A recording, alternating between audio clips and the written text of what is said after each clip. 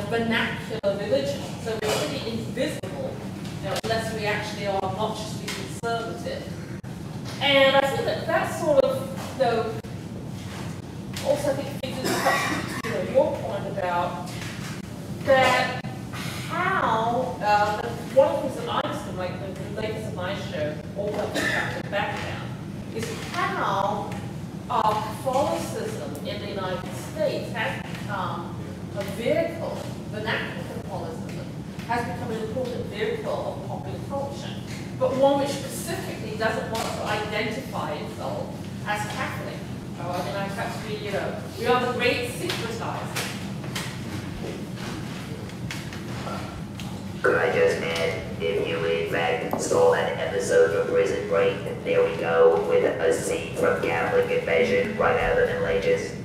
I mean, that is not necessarily the way people go to confession anymore, beyond history. And so there it is reified again and again and again. And yet when you go into a church on television, there's a saint everywhere and candles are blazing enough to burn the church down. Right? That ain't Catholicism. That you did in the contemporary world. And I guess if I would say what I was evangelizing for, of course, was having never watched The West Wing ever before Diane wrote me. I'm sorry, never watched it ever.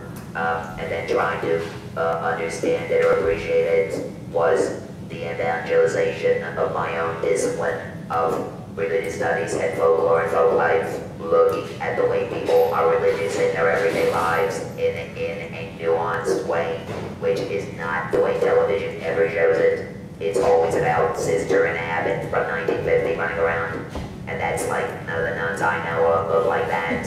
And that's not Catholicism post-Vatican II, but that American television wants to freeze it right there about 1958 and leave it there. And so I guess I'm evangelizing for the reality of Catholicism as it actually exists. Maybe it doesn't make great drama. I think it actually makes better drama, but they're not willing to go so forth into that. And so and of course, folklore and folk-life studies are interested in representing individuals and understanding their classifications about how they understand life. And so that's what I'm sort of only trying to infuse into any of these papers. Because I'm not a theologian, I don't have a degree in theology, I don't teach theology, as I always tell the Archdiocese of Philadelphia, teaching at Catholic College. Can I respond to that? Go, please, go ahead. No, I just like to echo those sentiments as well. Not only I'm not a theologian, I rarely study media. And so it was very interesting to take a look at this project from a rhetorical perspective and take a look at this vision of faith as a fantasy, systematic or not, which I think you're absolutely right to point that out, how that can be used as a medium for critiquing these other social and political problems that are going on in the prison, and then how we're able to identify with these characters based on who we think they might be, and usually we aren't right. So for me, I'm definitely also pleading guilty to what you're saying, and in addition to that, I was really struggling with how to kind of make these critiques within something that didn't seem systematic at all. Can I respond also to your point in the marshalling of theological stabilities to do media analysis, which was one of the things I was trying to say. Something like your point about where do these basic categories come from in Christian theology that are used for a lot of our projects. If you take your point, as you well know, you might ask how something like the body of Christ, which is used in all sorts of religious or theological analyses of media culture, in hermeneutics of the show or the song or whatever, how is that built on various debates going on in Stoicism, the arguments about Stoicism in the first century? This is now coming pretty clear, right? And so I was reading Body of Christ as a way to decode Prison Break. I thought, well, this is a pretty Stoic show, as a matter of fact, in all these different ways. And that's not being let, in other words, that the category is kept without being run through a little more historically also when in the analysis. So, let me add, nobody can do all this.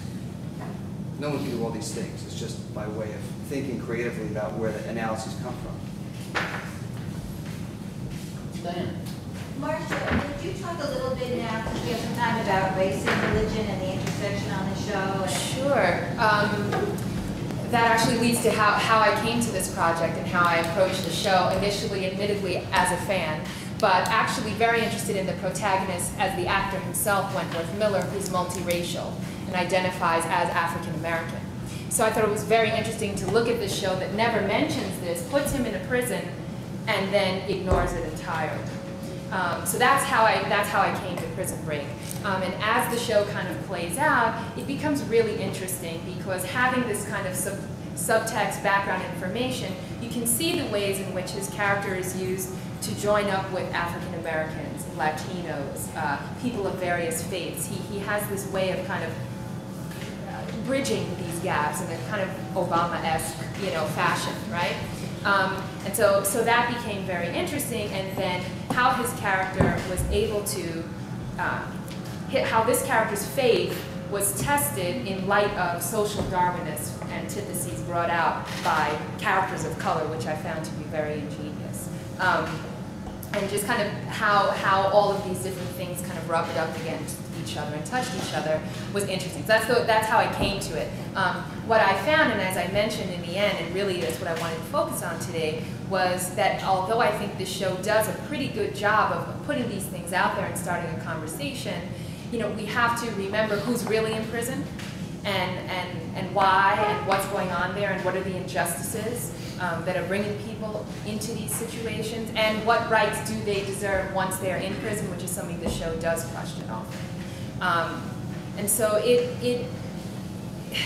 it's really interesting, and it leaves me to wonder, just as we talked about the first evening with responsibility and that issue, we talked about that in my class the next day for about half the session, what is the responsibility of these shows, given their popularity in this globalized and intercultural, multi-religious world that we live in? What is the responsibility there to show something that's more accurate, so to speak? Would anyone watch? Do you have any sense of the intentionality of the writers? The way you describe it, it sounds like they're doing a very radical show about how we all are in prison. Yes, definitely. I've been able to email very briefly with a couple of them, and that was certainly the idea going forward. But of course, as the plot has devolved, basically after the first 2 seasons, which is why I didn't include them in the analysis, it's much less about that. It's now more about how we are prisoners of our perceptions, as opposed to simply our faith as one of our perceptions. So it gets into optimism and pessimism and all these things. But it does seem, yes, that they use this fantasy theme to in a very radical sense, show us how we can break out by having some faith. We'll kind of see where it goes again, that ambivalence. Now they're looking for these cards on season 4. I'm not exactly understanding what the purpose is of these computer chips to, undo the American government and capitalist infrastructure. I mean, that's very exciting, but, what does it mean? Not sure I know. Other comments, questions? Yeah, well, I pleaded guilty on one score. I'd like to plead not guilty on another, come out even again in the end there. That is in regards to not destabilizing religion, which you're very correct to point out would be the most laudable way to approach the subject, but I think that would have been another paper altogether. It's too complex a field. I think again, this goes to our love-hate relationship with television, and we're just grateful that they're even dealing with any kind of substantive issue, and to expect them to go into great depth about it, and then for us to critique them for not doing that, is asking quite a bit. So anyway, yes, but no.